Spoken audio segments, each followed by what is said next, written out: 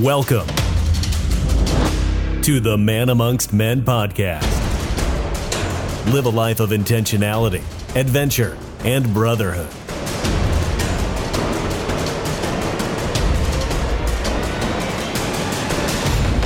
Take the inner journey and live out over your edge constantly. Here are your hosts, Dominic and Bryan. You know, if these walls could talk, I would probably masturbate less. That's a joke that I'm borrowing from British comedian Rhys James, who I found on Twitter after Googling masturbation jokes. And I suppose masturbation jokes are now a part of my search history. You know, masturbation is something that you as a man have probably done thousands of times over the course of your life, if you're going to be honest. And let's just be honest.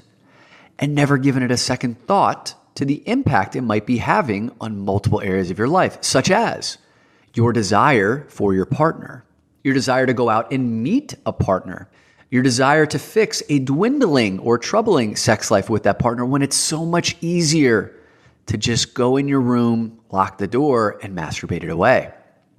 How about its effect on your desire to go out and make things happen in your life because it's so much easier to dream about those things, maybe get stressed out or get excited about those things, and then masturbate the feeling away? Do these even sound like things that you do or don't do? You may not even know.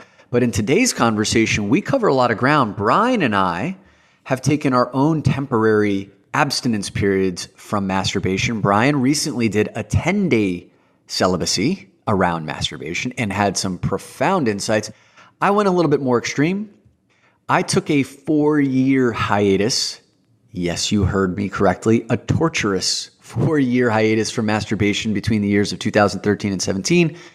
And I am not kidding you when I say it was nothing short of life-changing. And we'll get into those stories in today's podcast as well. But we also cover ground such as doing a survey on 50 men in our social circle about what age they learned to masturbate, how they learned to masturbate, what those first stories were like, and why that matters in terms of the habits that they developed and the habits that you may have developed for the decades that followed that you brought into your relationships wittingly or unwittingly. Bryan also went online and did a number of Google Trends research and found that there were 3 most searched topics when it came to masturbation for men. And the third one is quite interesting. And finally, we're going to finish off the podcast today with an action step that you can take on how to create your own temporary abstinence period and what you could stand to learn from taking a break.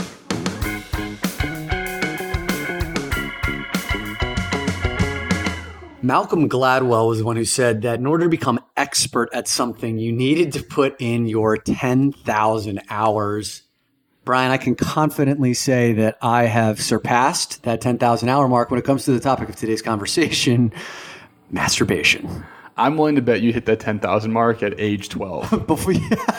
Before I hit my 20s, for sure, and many times over. And I would be willing to imagine that many men listening to this podcast have also put in the requisite 10,000 hours, are quote-unquote experts with respect to masturbation. So why are we having an entire conversation on this? When I talked to some friends that we were going to do both a live event and a podcast on masturbation, they asked the very honest question of, why in the hell would I listen to that if there's one thing I'm an expert in I know life, I'm good at. Yes. I know I'm good at. Better than anyone else for myself, it's masturbation. That's correct.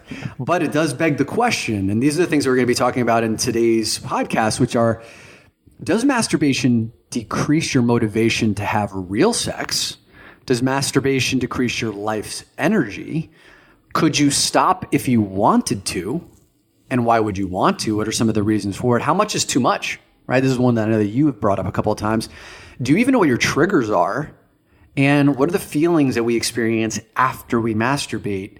And ultimately, like, why does all this stuff matter to begin with? And it's, you and I are committed to having more sex, better sex, open lines of communication. And so we understand our own behaviors so that we can create the lives that we want sexually and otherwise. And with those 10,000 hours, which I think is a bare baseline minimum for most men, it's like, yeah, you've put in the hours, but what's the quality of it been? And like, what are the behaviors that you are conditioning yourself to? And how is that affecting how you interact with women or with others as you navigate through your life. So Dominic, when I think about the quality of masturbation, it's binary for me. It's either I finished or I didn't finish. So I'm curious to hear your thoughts on the quality of masturbation. Yeah. Okay. I also, whether it's our conversation here today about masturbation or performance or porn or all these other topics that we're talking about as it pertains to our sexuality, I'm also always curious, how did it start? Yeah. How did it start? How has it changed, if it has changed? And, are we still running the same routines that we've ran since we were 10, 11, 12 years old?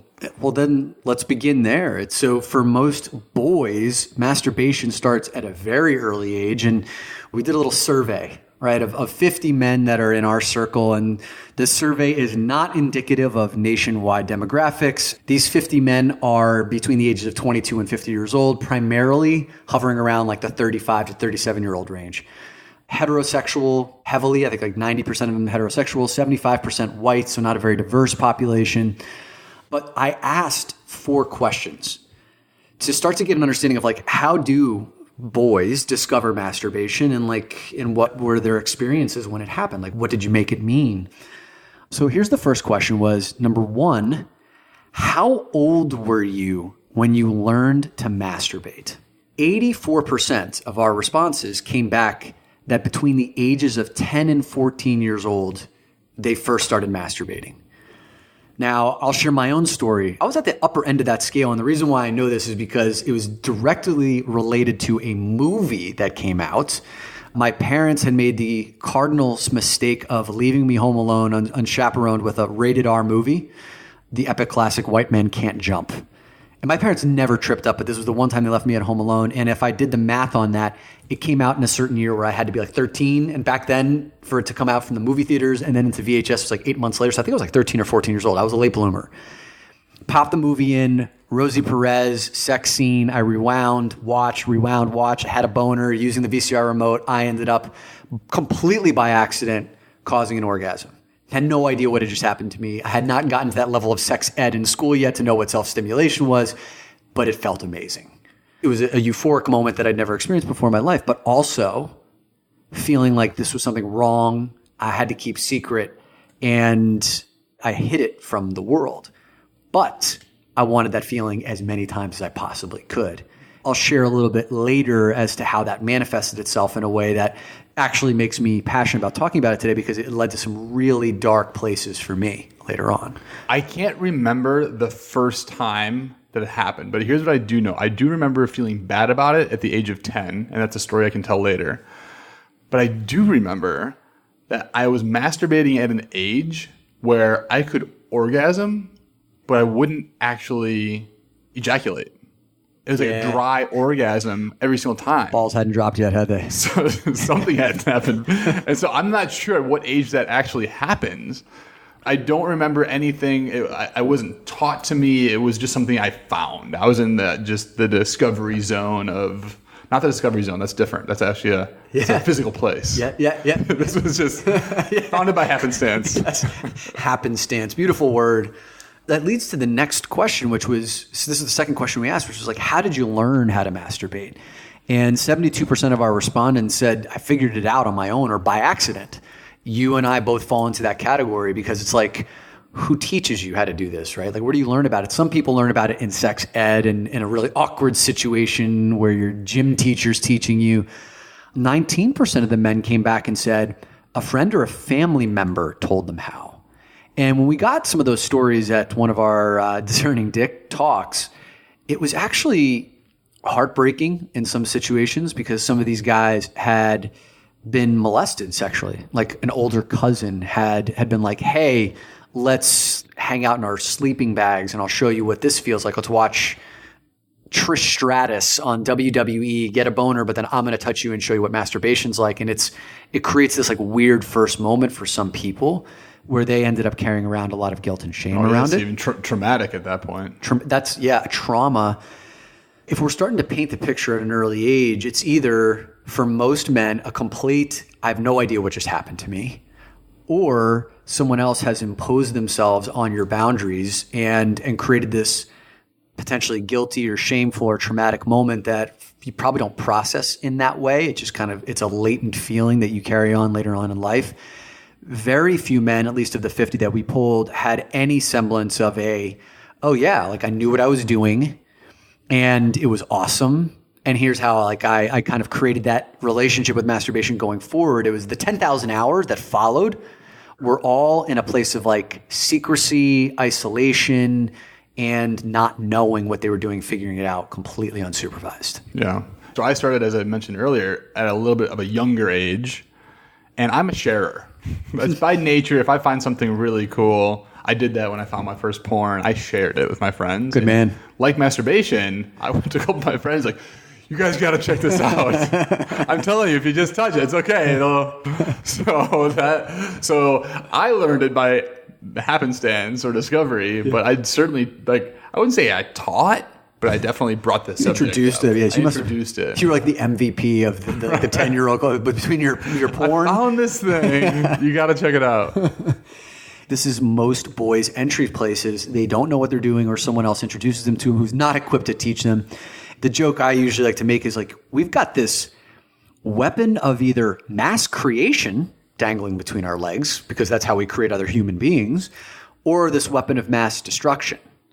And we fumble or stumble upon the launch codes at a very early age without any supervision or guidance.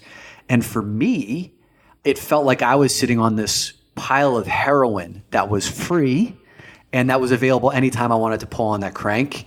And you better believe that I was pulling on it as much as humanly possible, because another dynamic that was circulating my life at that point in time was I had just switched schools from Catholic school to private school to public school, went from a big fish, small pond to a small fish, big pond, lost my identity, and I was a hypersensitive kid.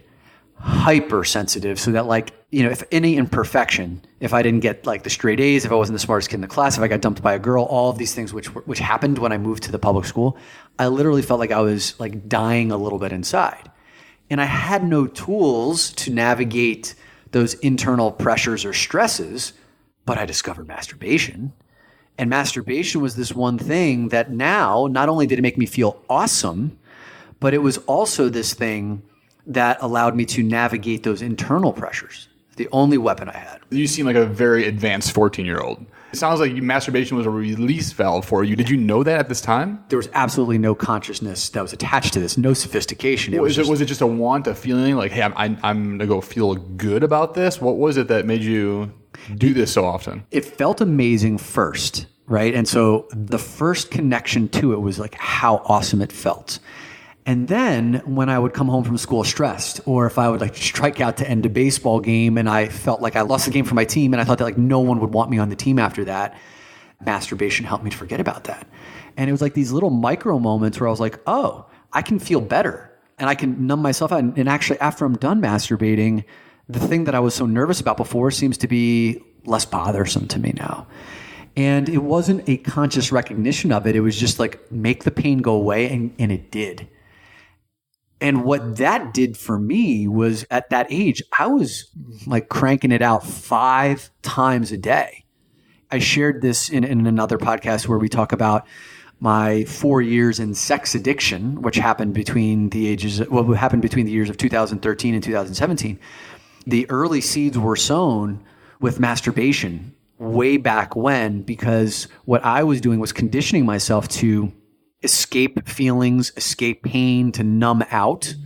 And 4 or 5 times a day was literally tearing up my dick. Like physically tearing up my dick. Like I had cut open the skin. It would scab over, kind of like if you fall and like you rub your elbow across the ground, like it's scabbing. I got to ask, do you have scars on your dick now? No. It's a good question. No, I got a resilient dick. Okay. He's 100%. I take much better care of him today. Back then, if there was a piece of real estate that was unencumbered, I would find it, I would stimulate it and use that, because like that's how emotionally wound up I was. I realize that my experience is very different from a lot of men who are listening to this, but what you may be able to relate to on some level is that it became the one way that I knew how to regulate myself emotionally. It became something other than a great feeling. It was a great feeling that also helped me to escape and numb out pressure. Going back to the 4 questions that we asked, the first 2 were how old were you when you learned to masturbate? Number 2, how did you learn how to masturbate? The third one, we asked what were 3 words to describe your very first experience of masturbation to orgasm? Overwhelmingly, like the big words that came back were surprise, shocked, awesome, holy shit, exciting, awkward, exhilarating. So there was like kind of a balance between what the hell just happened and amazement. Shock and awe. Yeah, shock and awe. Those were the first words. Again, I asked them for 3 words. Those were like the big ones on the first. But what was really interesting is when they got to their third word. Their third word seemed to be something along like the meaning that they prescribed to what just happened.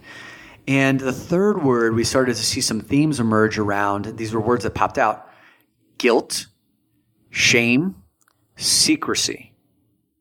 And if you think about like the first words that came out, like surprise and awesome and awkward and holy shit, that's kind of like what was the feeling that they experienced. But the third word was like what this all means. And so men would look back on that first experience and say, okay, this is something I have to keep hidden.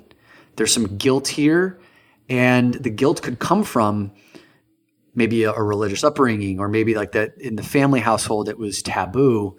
And this gets back to, we talk about a lot, like I have a big belief that there are 3 forces that shape your sexuality at a very early age. I call them the 3 Fs: faith, family, and friends. What did your faith or lack thereof teach you about sex and sexuality and sexual behavior? Was it welcome? Was it not? Was it painted in dark strokes? Was it something to only be shared inside of a marriage or committed relationship? In your family, was it discussed or undiscussed? What did you learn from the non-discussed elements, right? You and I have both had the experience where, like, if there was a movie that our families and I were watching and anything sexual happened, our parents would make us cover our eyes. And it would be like this tension in the room that would signal this message of what you're seeing is bad or wrong. I would feel like I was the good guy in the room if I was like, gross. I don't even like that. They're kissing. That's disgusting. awful. Which you did outwardly, and inwardly you're like, as soon as they go to bed. Right. I'm rewinding that shit and watching it as many times as I physically can. Oh, Rosie Perez. Rosie. She, like I said, she has no idea how pivotal her role is in my life.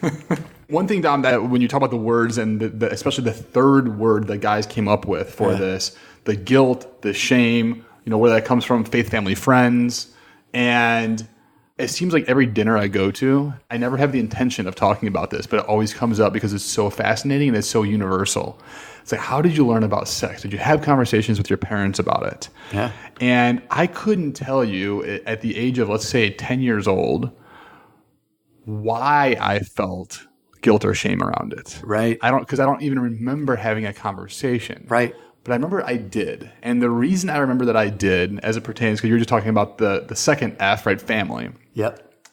And I remember I went to Canada with my dad to go fishing. Now, going to Canada with him for the first time was a big deal because his dad used to take him to Minnesota and Canada to go fishing. And my dad used to tell me stories about them two going up there and deepening their relationship and everything else. And so when my dad I was at the age of 10, he took me up there. This is a big deal. It's like a rite of passage. Rite of passage. Yeah.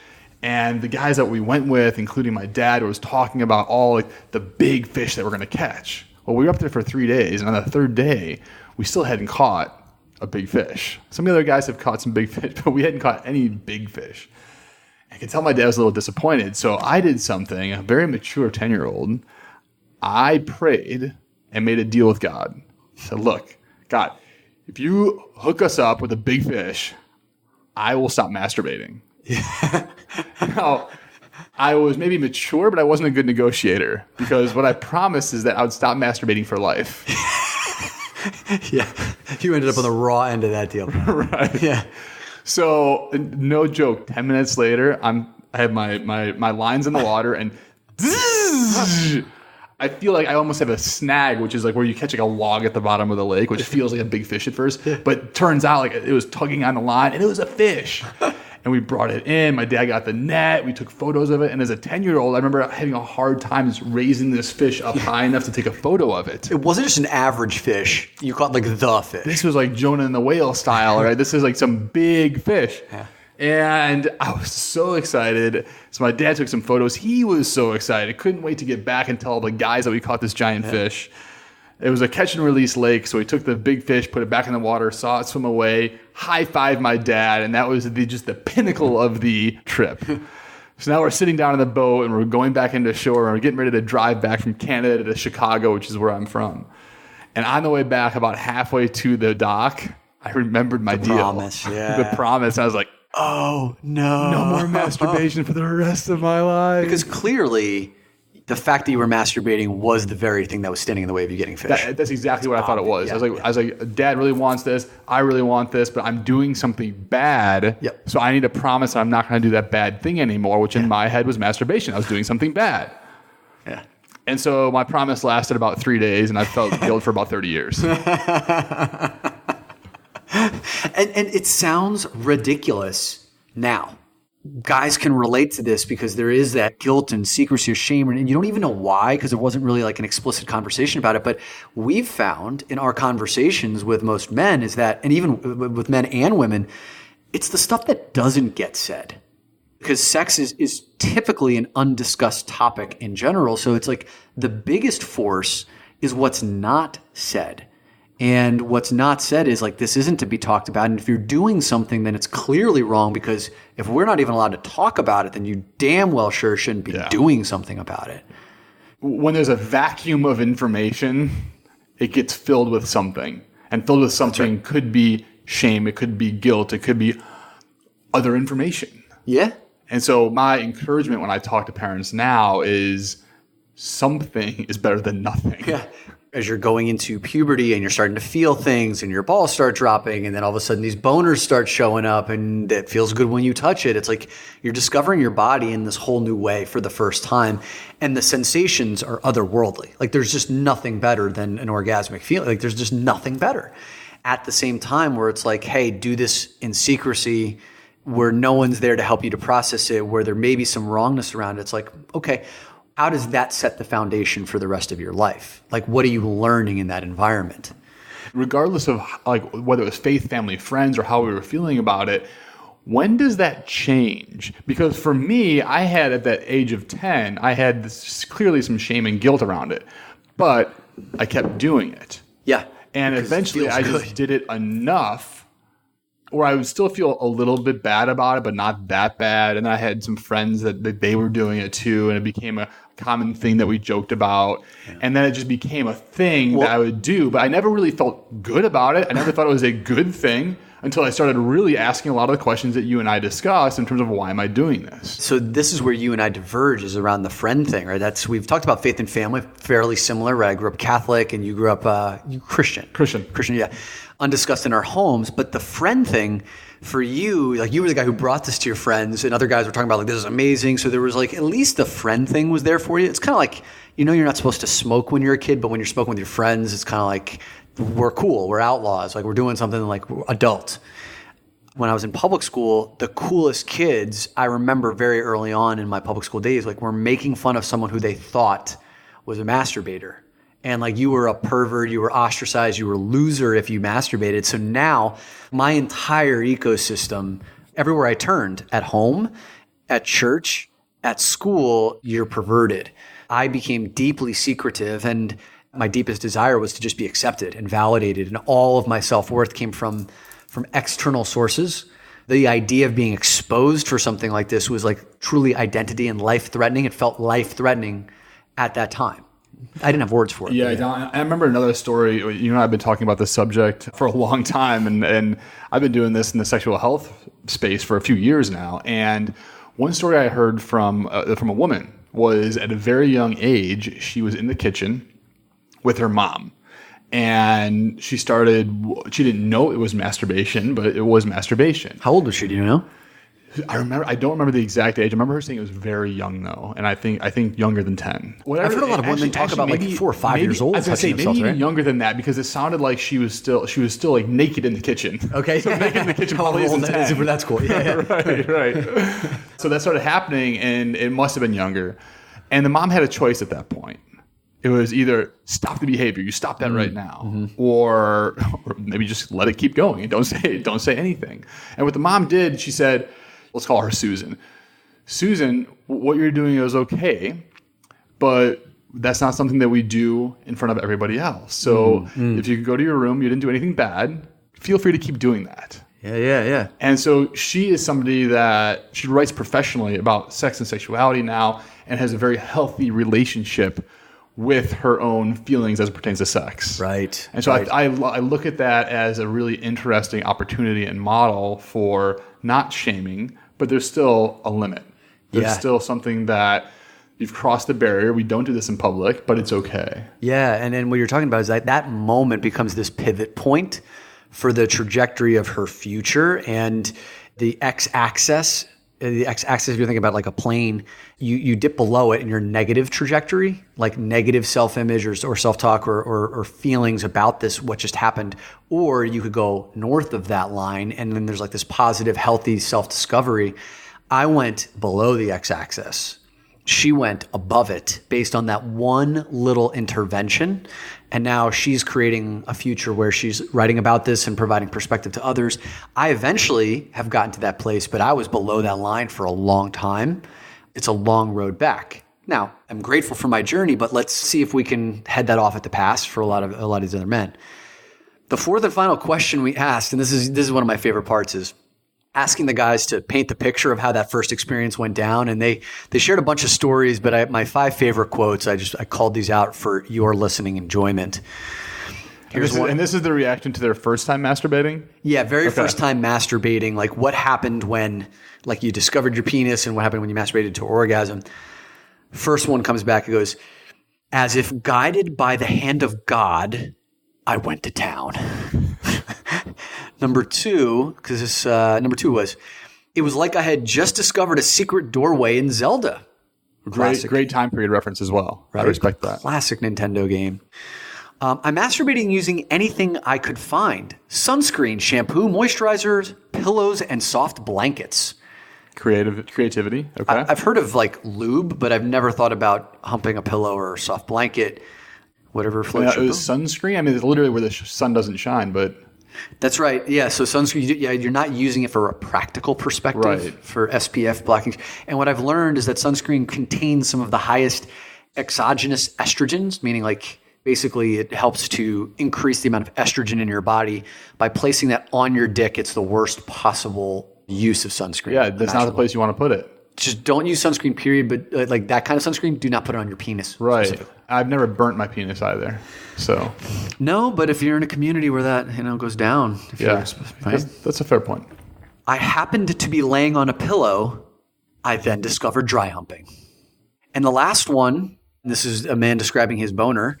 It was there, it was hard, and it wouldn't go away. So I did what any rational human being would do, and I tugged on it a few hundred times. I do wonder what is the average revolutions per minute? Total number of strokes per masturbation session. Yeah, it's like how many licks to the center of a Tootsie Pop, how many strokes. That's something we should have done prior to this podcast. Counted the strokes? Yeah. Next time. We'll report in the next Discerning Dick.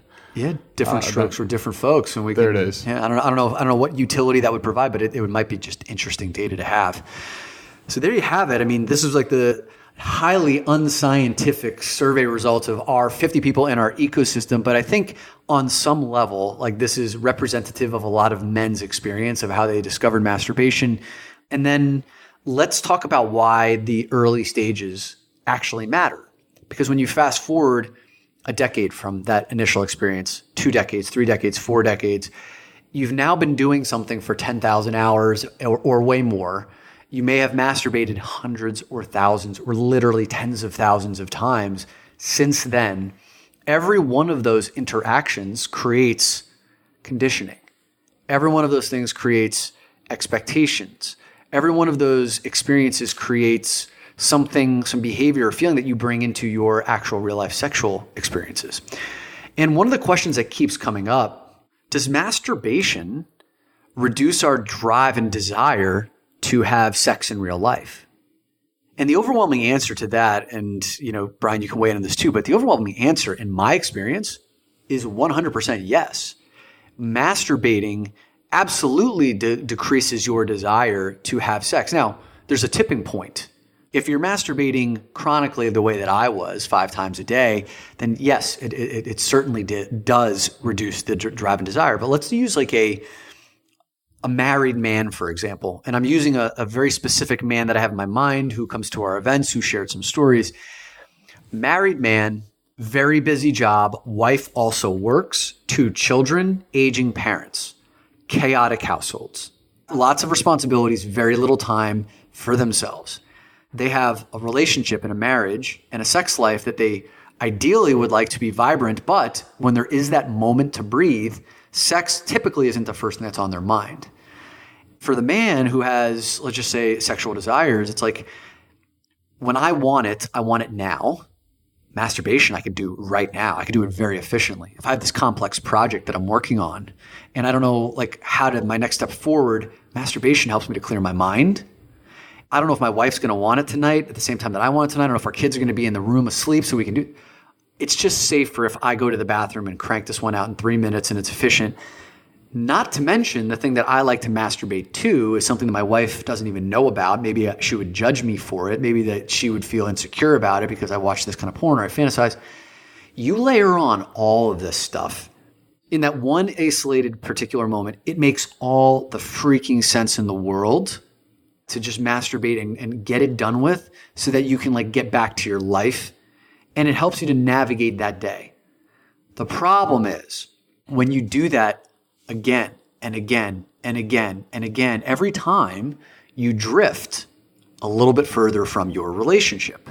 You drift from the energy that you need to reconnect with your partner, to have some of those more difficult conversations, to carve out the time because it's so easy in the short term, in this moment, to just get your needs met right now. Over weeks, months, or years in a relationship, you find yourself with an ocean between the two of you. It's because like it starts with that little incremental step. I'm thinking the different stages of my life, because the question is, does masturbation reduce the desire to have sex? And for me, we've heard the don't go out with a loaded gun. Right. So for me, it was a performance-related thing at a younger age that I didn't want to perform poorly, therefore I'd masturbate. Yep.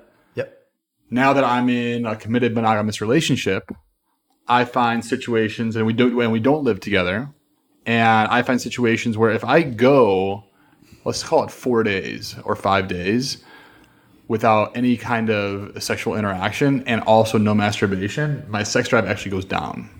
Really? But I also don't want, it's an interesting balance because I also don't want to, like, let's say, masturbate the day of, because then my desire for that day, say, does go down a little bit. Interesting. Okay. To answer that question, it really depends on the situation, the age. And I think to your point with the guy that you just described in his situation, what is he really looking to get out of it? Yeah, let's hit the loaded gun thing for a second too, because that came up at a Discerning Dick event too. Someone asked like, hey, I thought that you were supposed to, because I had shared a story where I was like, listen, when I'm not in a committed relationship right now, but there is someone that I see regularly, like we see each other maybe like once a week or so from an intimate partnership. So we have this great respectful relationship, but we also have like hot, crazy, amazing sex that's connected. And when I know she's coming over, I don't masturbate for 3 or 4 days beforehand because it's like, I love to have all that energy and that sensitivity when I see her. And the man in the room was like, whoa, I thought you were supposed to not go out with a loaded gun because you may pop off too early. So that is one solution to a potential problem, which is like, how do you connect with your sexual energy in a way where you can command it versus being commanded by it? And I certainly remember there were years where it was like, yeah, if I got touched too early, too fast, I would lose my stuff. So I would have to go out with a loaded gun, not go out with a loaded gun. It was a solution that stepped over the symptoms. The symptoms were like, how did I learn how to circulate my energy? Like I didn't have command over it. And this blunt instrument of just whacking one out before I went out for that night solved the short-term problem, but not the long-term one. And what I had to learn was, through reading a book like David Dada's Way of Superior Man, which introduced me to breathing techniques and how to take all of that concentrated energy that's in my crotch and then to take that and circulate it up to my lungs and my chest and my arms and my head and my feet and my legs. Then that allowed me to actually feel sensations throughout my body, which felt great, but it also allowed me to command when I wanted to orgasm or not. And that was highly effective for me, but also really pleasing to my partner too. And this sounds, Dominic, like very woo-woo that you're circulating sexual energy. But I'm curious because we've had this conversation before. And I do understand what you're talking about. First time I heard about it, I was like, yeah, well, I'm sorry. Like when I have sex or I masturbate and I orgasm, like it's not really up to me. It's just getting to a point and releasing. I know you also have a story where you didn't masturbate for 4 years, I believe. Yeah. Talk about that at this point, because the energies and sensations that you're describing really came out there. That might be shocking for some of you to hear if you haven't listened to the series on my 4 years in sex addiction. And we haven't titled that one yet, but you could probably look it up. It's probably going to either be called My Story or 4 years in sex addiction. And I go into all of that detail. But one of the protocol pieces for early stage sex addicts is to stop masturbation. Every time that you masturbate, you fantasize, you deepen. I deepened my behaviors, and we had to create this interruption, this pattern interruption. And it was one of the most difficult things I'd ever done because I'm the guy, right, who masturbated 5 times a day, every day when I was younger, and then multiple times. Like, it was a thing that I used to go to sleep at night. That's the thing a lot of men do. It's like, I can't sleep at night, I masturbate, boom. It was like my sleeping pill, couldn't get on without it. Now I enter Sex Addicts Anonymous, and the abstinence protocol, like when you're an Alcoholics Anonymous, carries over, at least in the early stages. So no masturbation, no porn. And I took that for 4 years. In that period of time, it was a fascinating journey of like learning my own energy. I wasn't given the tools on what to do with that energy that I was once spraying out into tissues all over my apartment for years. Are you talking about semen? Yes, semen. Okay, got it. Yes, spraying into tissues. I wasn't sure what you got it. Okay. And by the way, like I read that guys like masturbate into socks or like blankets or towels. It's like, why would you do that into Sounds very messy. Put it into a tissue. You could throw it out. It's gone. Clean it up. I don't know. We can talk about that later. But I now had all this energy inside of me, and I didn't know what to do with it. And in some cases, that turned out to be amazing because what I was able to do was throw it into creating like physical strength. It actually, my workouts were way, way, way more effective. Like I was lifting bigger weights. My endurance was way stronger. I could run for longer because that energy is intimately connected. My creative juices were literally flowing because my sexual energy is my creative energy. And so I started creating content and ideas. This was at a point in my life in my business. I'd been at Prudential for 13 or 14 years this time. So running a large sales organization, and always thought I'd be the corporate guy for the rest of my life. When I stopped masturbating and I stopped running around doing all these crazy, like chaotic sexual things, then I got bolder. Like I harnessed that energy in a way where I think I want to leave corporate and I want to step out and be an entrepreneur and bet on myself.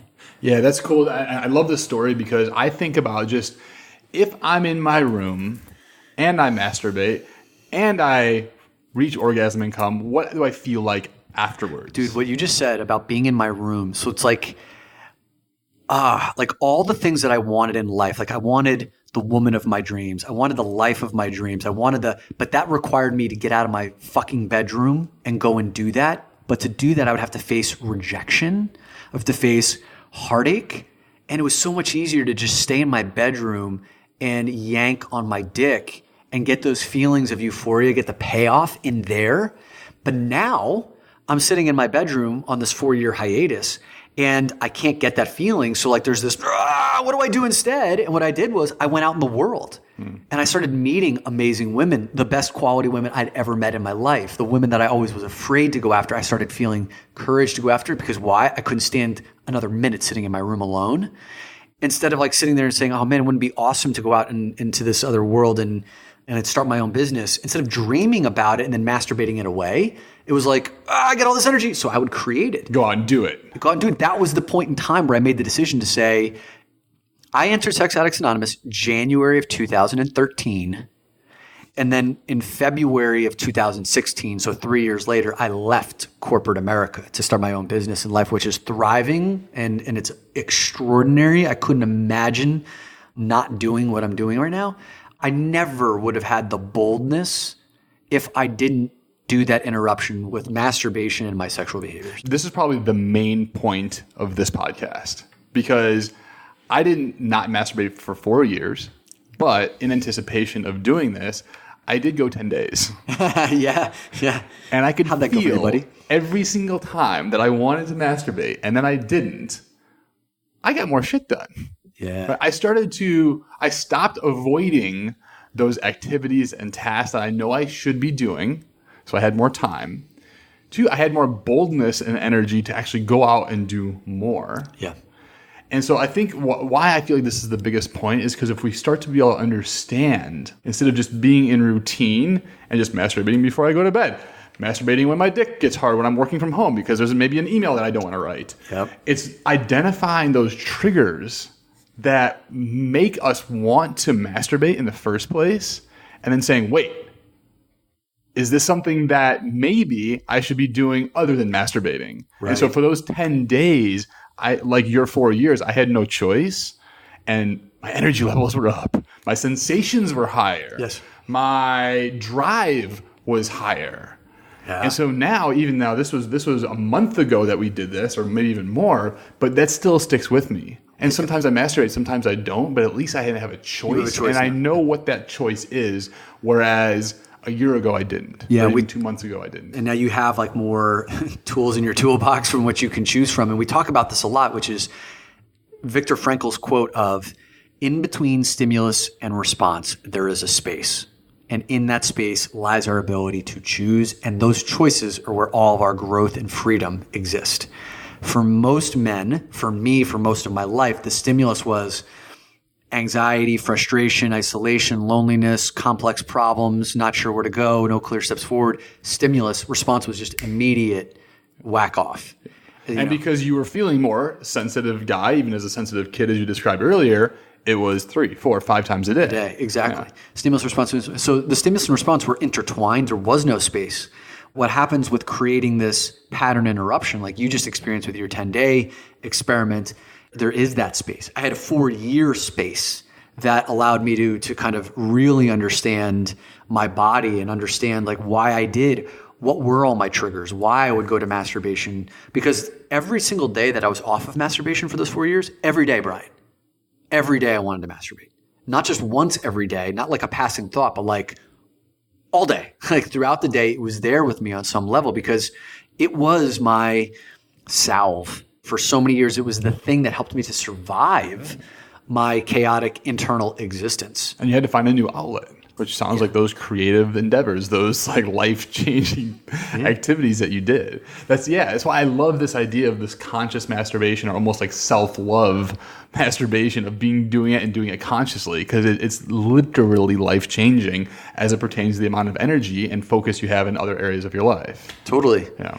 Totally. And one last point on the whole breathing exercises thing. So after the 4 years was up, no, I'm sorry, this wasn't 4 years was up, but during that 4-year period, I also went 11 months completely abstinent, so no sex. So think about this. That 11-month period, there was no porn, no masturbation, no sex. Like my penis was frowny face. Like it was just, at the end of those 11 months, I met a woman who I wanted to be intimate with. It was like the perfect person to like, that I felt connected to, attracted to, safe with. And we ended up having sex together where on immediate penetration, like I wanted to orgasm. But through the breathing techniques that I had learned, I was able to actually slow my rhythm, slow my space, so that even after 11 months of no touch in that space, I was able to hang in there, and we were able to have sex for like 45 minutes together, and I could control when it was time that I wanted to, like that we both wanted to, like to release. There's a lot that I was able to learn during that period of time that helped me to create much more powerful, intimate moments with myself and my partner. And that's probably the second most important point of this podcast is that we as men actually have more control over our ejaculation and sex and that energy than we think we do, because we've been playing from the same playbook that we started at the age of 10 or maybe even younger for me. And we don't really ever learn. Our masturbation habits don't really ever evolve. Yeah, that's right. And so I think that's what you're saying, is that because you hit this moment of big time 4 years of pause, you had to learn other things. And I think the book that we talk about a lot during the session, the live session of this, is The Multi-Orgasmic Man by Montauk Chia. Yep. where you teach some of the breathing exercises. Like every single time I pee throughout the day, I'm doing what they call it a breathing or Kegel exercise every single time I pee. And that's changed my And that interrupts your sex pee life. flow, right? Like you interrupt your pee flow. And how has it changed your sex life? It's changed my sex life from a control standpoint. Because now I can feel when I'm about to release. And instead, I can, throughout breathing and clench the muscles, I can fight that off. And not only is it just fighting it off, so you're like, oh, I'm a better performer in bed. It feels amazing. Awesome. Yeah. Like, and when you do have an orgasm after you've been working through this stuff, it is so much more intense. Yeah. We could have an entire podcast on. We will. I think we should do that. The focus of orgasm being like the one thing that we don't even question. It's like, if I'm going to touch my penis or if I'm going to have sex, then like obviously the goal is to orgasm. But what happens when we race through the process and we're just like constantly focused on getting off or not getting off, and you're missing like what's happening in that moment? And so like that is another conversation that you and I are both passionate about. We can get to that another topic another day. And there's one last note on this. I know we're coming to a close here shortly, but one last note on that book, The Multi-Orgasmic Man. If you haven't heard of it, and it even feels maybe a little awkward to buy and read, after I got done reading it the first time, I was pissed off at every single person I knew that had the book and didn't tell me about it. Yeah. Because it's like superhero power stuff. Yeah, it is. That nobody talks about. Yeah. And so I was mad. Dominic was mad at you. You were one of the guys that had the book before I had it. And I was very upset with you. Yeah, it's right here on my coffee table. Sorry, bro. One of the things that we usually like to introduce is a mental model to help you make sense of this. And like you had talked before, Bryan, about like, do you even know your triggers? Like, why do you masturbate? Like, what preempts masturbating? Like, usually we just find ourselves in it before we realize like why we're there. And at the simplest of levels, like we have something that's a little bit more nuanced, but like for the simplest of levels, you can think about the reason why we masturbate, at least the way that I've processed this, the way that you've processed this, is that we are either going towards or away certain feelings. Bottom line is like we either want a certain feeling and we're moving towards it through masturbation, or we want to avoid or get away from or stop feeling other emotions.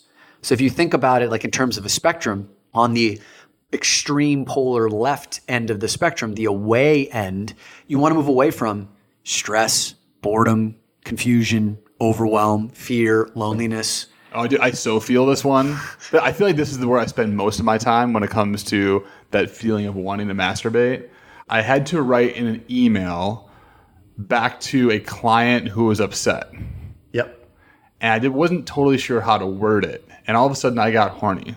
I was like, why is my dick hard right now? This is ridiculous. And it was almost like that stimulus, like, uh-oh, you're confused. You don't know what to do. Maybe it's time to avoid writing this email. I'm here, masturbate. Can totally relate to that. Because I was doing this 10-day thing, I recognized these patterns. What is it that I'm avoiding right now? Yep. That was so funny to me because I had no idea that when I'm working from home, why do I get a boner all the time? Well, because I'm feeling a lot of stuff that I don't even recognize. In that moment, it makes sense. But like going back to that example we were talking about before about the husband who just like in the moment go whack one out so you can deal with the chaos of your household.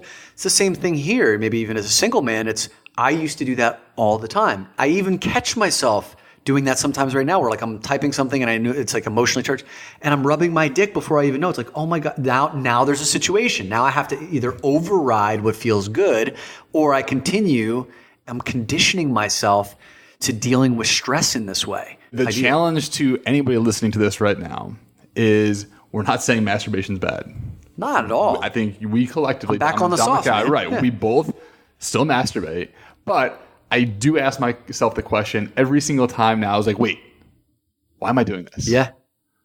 Is there something else I should be doing? Has it Am I ever stopped avoiding you? something? Have you ever It stopped? has. I mean, in that email instance, for example, it did. And here's the thing. I ripped out that email so fast afterwards, and I felt so good about it, I masturbated afterwards. So that was a celebratory wax session. It was, instead of avoiding it, it was a celebratory masturbation session. Good job. It's like a little puppy getting yes. I used to get gold stars in school. Now I get to reward myself with masturbation. Spank sessions. Right. Great. Yeah. Well, so the other end of that spectrum is like the towards feeling, right? It's like I want to feel something. specific, and it's like, I want to feel the bliss. Maybe I have curiosity. Like if you think about your very first time masturbating, it was about curiosity. It's like, what is this thing? Like, why am I feeling so well?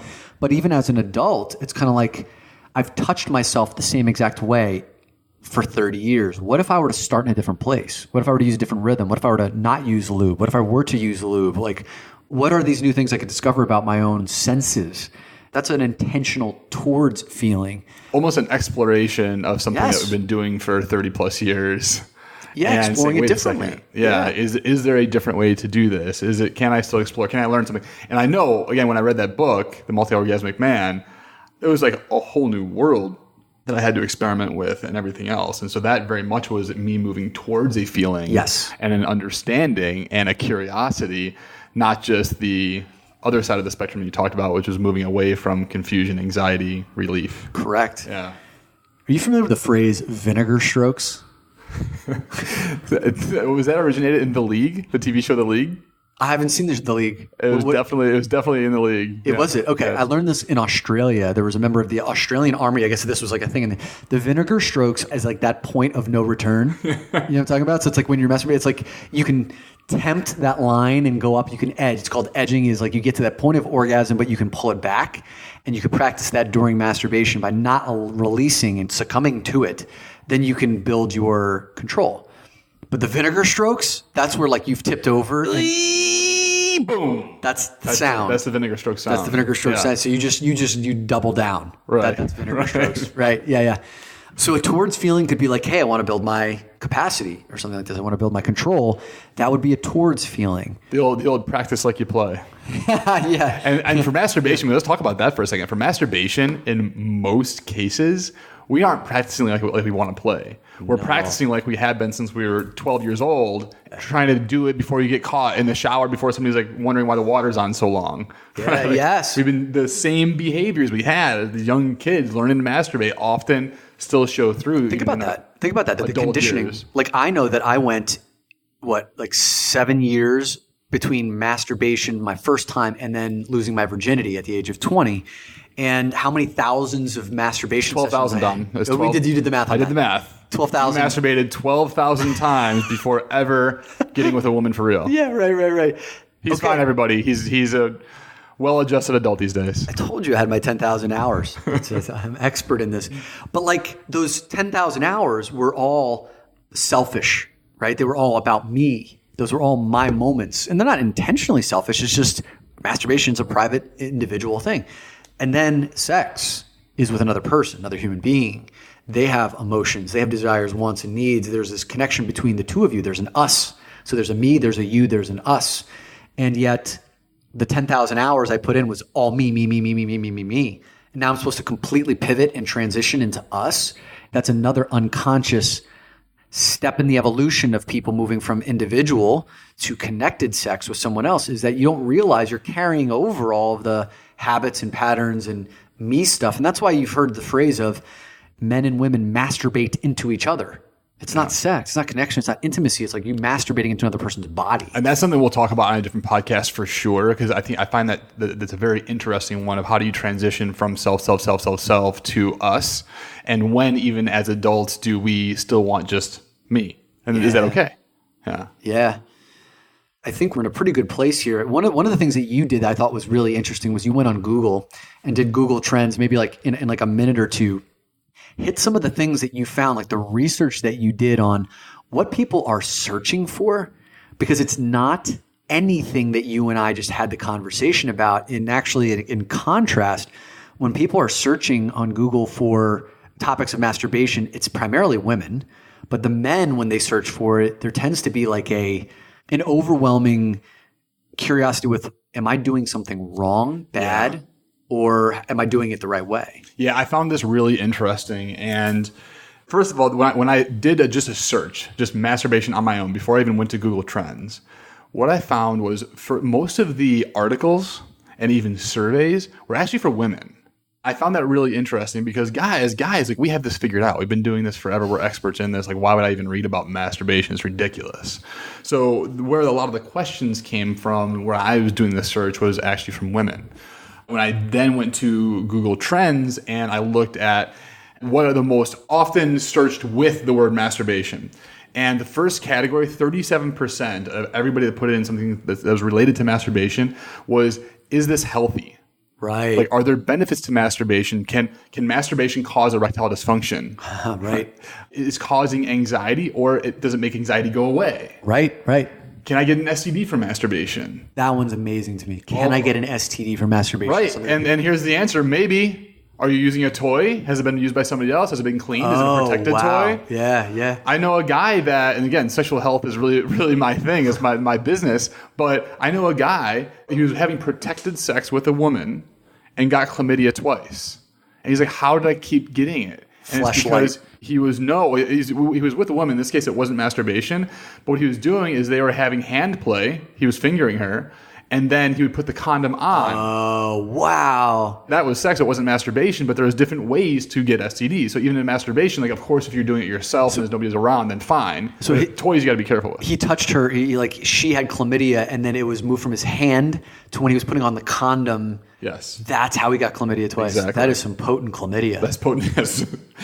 Everybody get checked. Okay. Yeah. It's fine. Just get checked. Yep. Okay. So category one is it healthy? The second one, and I find this one probably the most interesting, even though the healthy realm is my area of business and interest. I find this one the most interesting because it talks about one of those F's that we talked about in the beginning of the podcast, and that's faith. And so the question is it wrong? Is masturbation a sin? Was often there. What does the Bible say about masturbation? And masturbation during Ramadan were the top areas of, like, is this wrong? So there's a lot of religion, a lot of faith type questions that came up in this Google Trend search. And then the third one, this I thought was really interesting too, am I addicted? And this is where you started to see some of the surveys for men, and I went through several of them. And I'm happy to say that I am not considered a masturbation addict. Did they give like a prescription as to what would be a masturbation addict? I'll tell you what, eeach of these surveys look more shady than the last one, if I'm being totally honest. Yeah. And it didn't give me much in terms of information. And the question I asked, I want to be really, it's actually not about amount, right? So having spent 4 years in Sex Addicts Anonymous and having gotten counseling and group work, et cetera, it's less about, are you masturbating 3 times a day or 7 times a day or once every other day or once a week? It's more like, are you able to create a behavior that you want and sustain it? So, like, could you stop if you wanted to? If the answer is no, or like yes for a short period of time, and then you break that promise, chances are there's a compulsion that's there.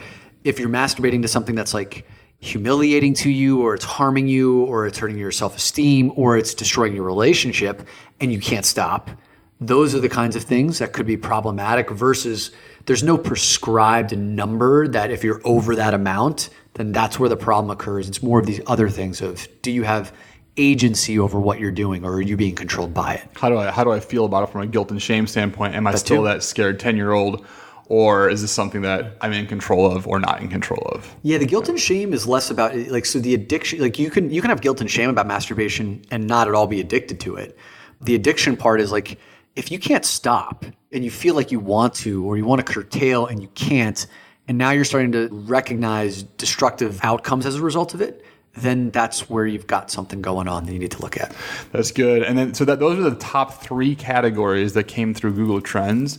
But what I was looking for didn't show up. There was 0%. And that is why. Like, why do I masturbate? Right. Why? So, why do I want to masturbate right now? Like, how do I feel after I masturbate? Am I avoiding anything? And then those are the topics that we covered today. So, the challenge to all the listeners, try what I tried. Yes, this give is yourself take 10 action days. This is the take action. Yeah. Right. So if there's anything out of this, is give yourself 10 days of no masturbation. See how it feels. Figure out when your body is telling you that you want to masturbate, and what is that trigger? What's actually going on in that moment? Right. And I would love to hear some responses from people that take this challenge, because I know it was eye-opening for me. And again, that was months ago, but I still ask myself every single time I have that urge to masturbate, like, wait, why am I doing this? And that has been life-changing. Listen, speaking as someone who I'm intense and I have a lot of habits and patterns and compulsions, the only way I've been able to understand why I do what I do is when I temporarily stop doing it. So to create, like what Bryan is saying, this temporary window of time to be like, okay, off for 7 days, off for 10 days, off for 30 days, and go in with the intentionality of, I'm discovering something about myself that I do not yet know. And you need to know that it may suck, that you may have like multiple times a day where you want to.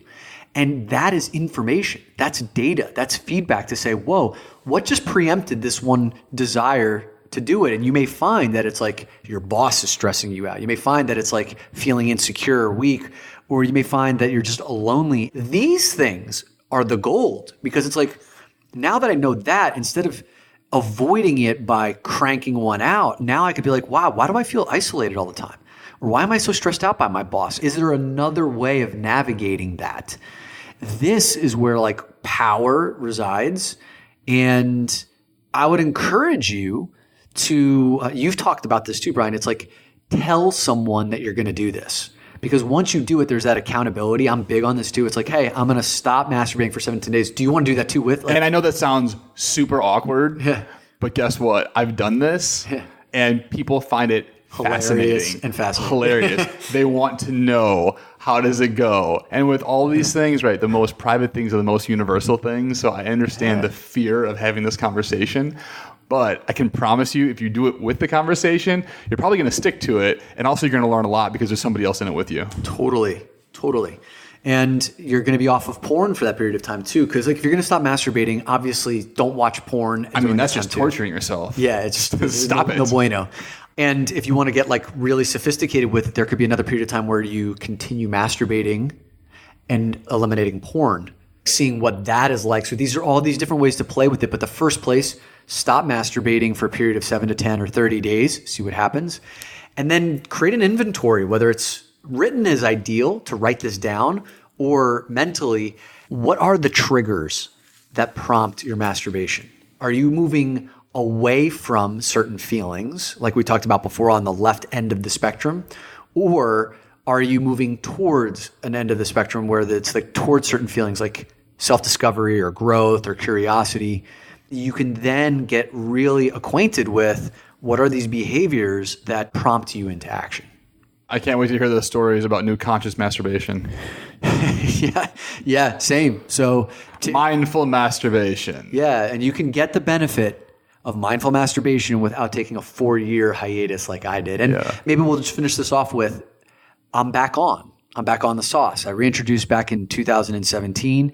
I use it now in a way where it does allow me to practice self-care, to circulate energy, to feel moments of bliss, because I'm not in a committed relationship. And there are times where like I want to feel that feeling.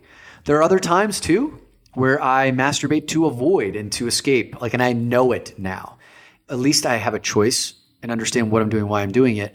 And for me, it's much healthier, much more loving, and I know that I can circulate that energy back into my workouts, back into my business. When I know that I'm creating and writing a book or writing my next book, or I have a big presentation coming up, I'm mindful about how I masturbate. That's why, like when you saw the movie The Natural, like he doesn't have sex with his woman because he's like, no, it's going to show up on the field. Like that's 100% my experience. That has been my experience. A lot of men may say it's not, but for me, that has been my experience. So I know that now. The only way I knew it, I did these experiments. Happy experimenting, everybody.